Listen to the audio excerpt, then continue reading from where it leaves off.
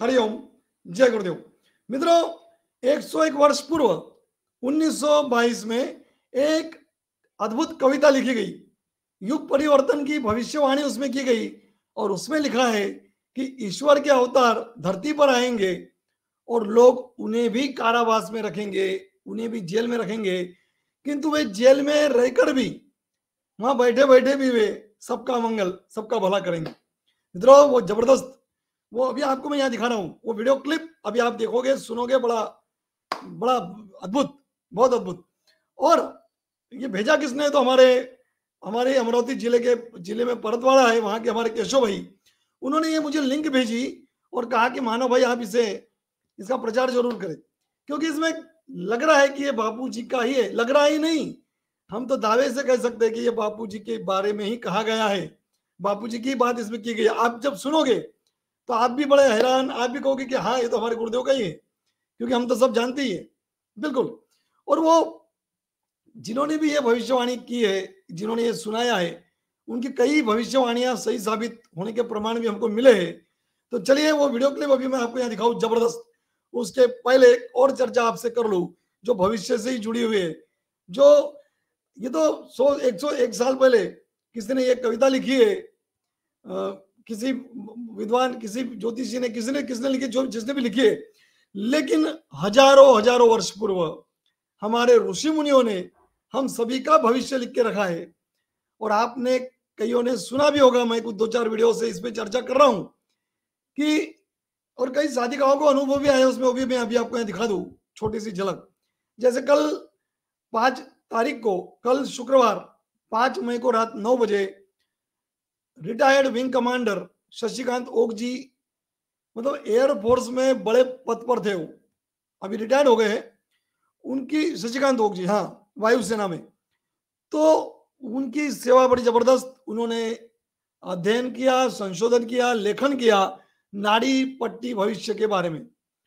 और ये इतना गजब, इतना चमत्कारिक एक ऐसा वरदान है, ऐसा एक उपहार है हमारे पूरे पूरे मानव जाति को, सनातन धर्म का, जो ऋषि मुनियों ने हम सबका भविष्य लिख के रखा है। आप जाकर वहां अपना अंगूठा दे दो नाड़ी सेंटर में, उस अंगूठे से वो आपकी पट्टी ढूंढ निकालेंगे और उस पट्टी में आपका भूत, वर्तमान, भविष्य सारा लिखा मिल जाएगा।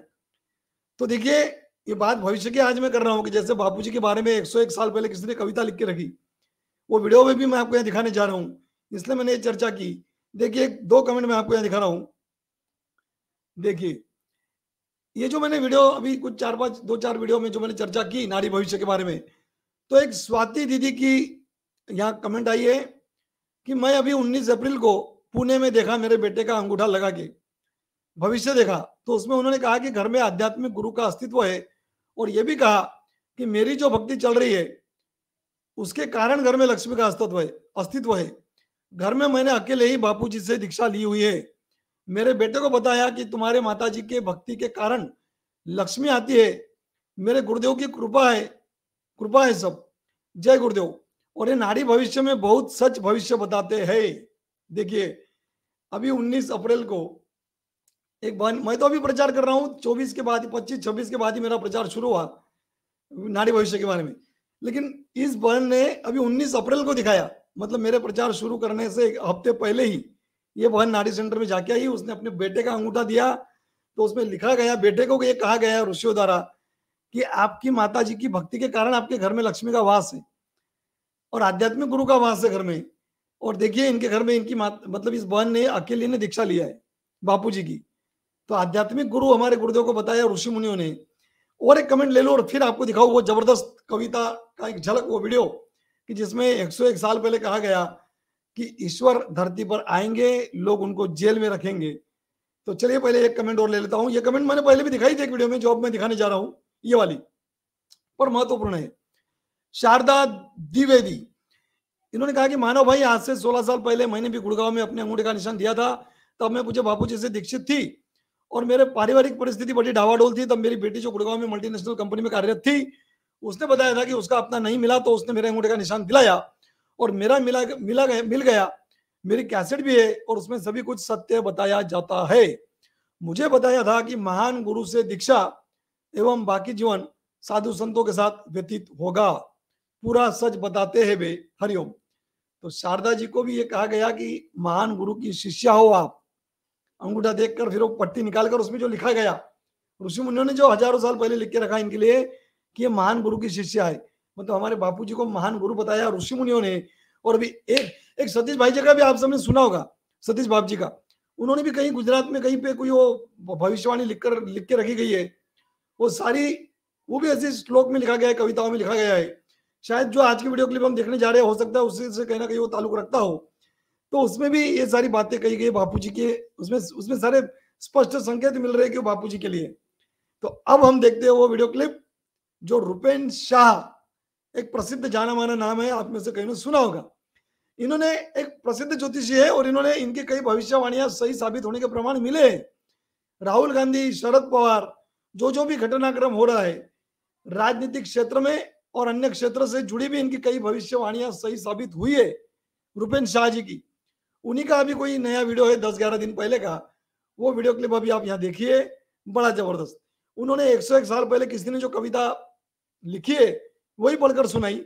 वो नहीं कह रहे, रुपेन शाह नहीं कह रहे कि आसाराम जी बापू जी के लिए है या किसी और के लिए या किसका क्या, नहीं, ये उन्होंने नहीं कहा। जो कविता लिखी है वो एज इट इज, बस बिल्कुल यथावत उन्होंने पढ़कर सुना दी।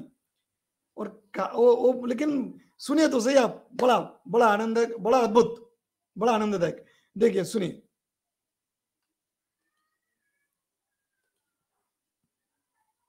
ये जो भी है, ये बहुत सारे शास्त्रों में, बहुत सारे जितने भी लैंग्वेजेस में लिखा गया है, कहीं ना कहीं वर्णन है। ये युग परिवर्तन की एक पूरी कविता है और कहा जाता है कि 1922 के आसपास इसे लिखा गया था। इस पोएम का कहना है कि भाई ईश्वर प्रकट होंगे क्योंकि युग परिवर्तन हो चुका होगा, वो वेला उस प्रकार की होगी कि भगवान उस समय पे धरती पे आएंगे। ना समझ दुनिया उस हरि पर भी झूठा दोष लगावेगी, ना समझ दुनिया उस हरि पर भी झूठा दोष लगावेगी, बंद कर उसे कारावास में इंसान महापाप कमावेगा।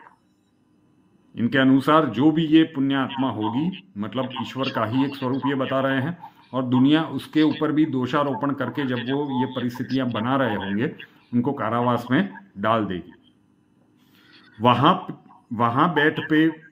वहां बैठ भी वो फरिश्ता इंसानियत की लौ चमकावेगा। जेल में रह के भी वो इंसानियत की लौ चमकाते रहेंगे। फिर बाहर आके वो इस दुनिया में नई सोच चलावेगा।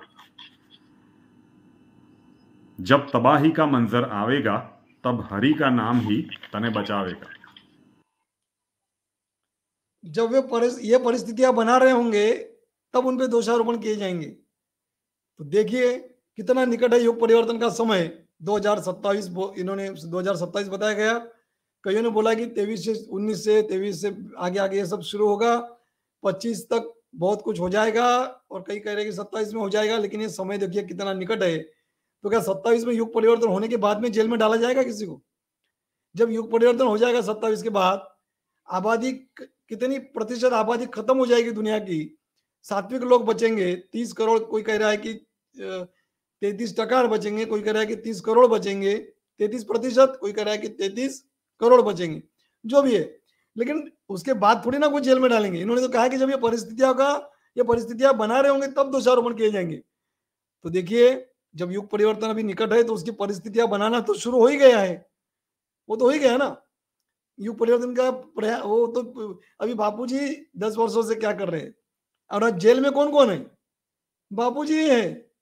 तो बापूजी ही वो ईश्वर के अवतार है, साफ साबित हो रहा है इसमें, जो 1922 में कविता लिखी गई।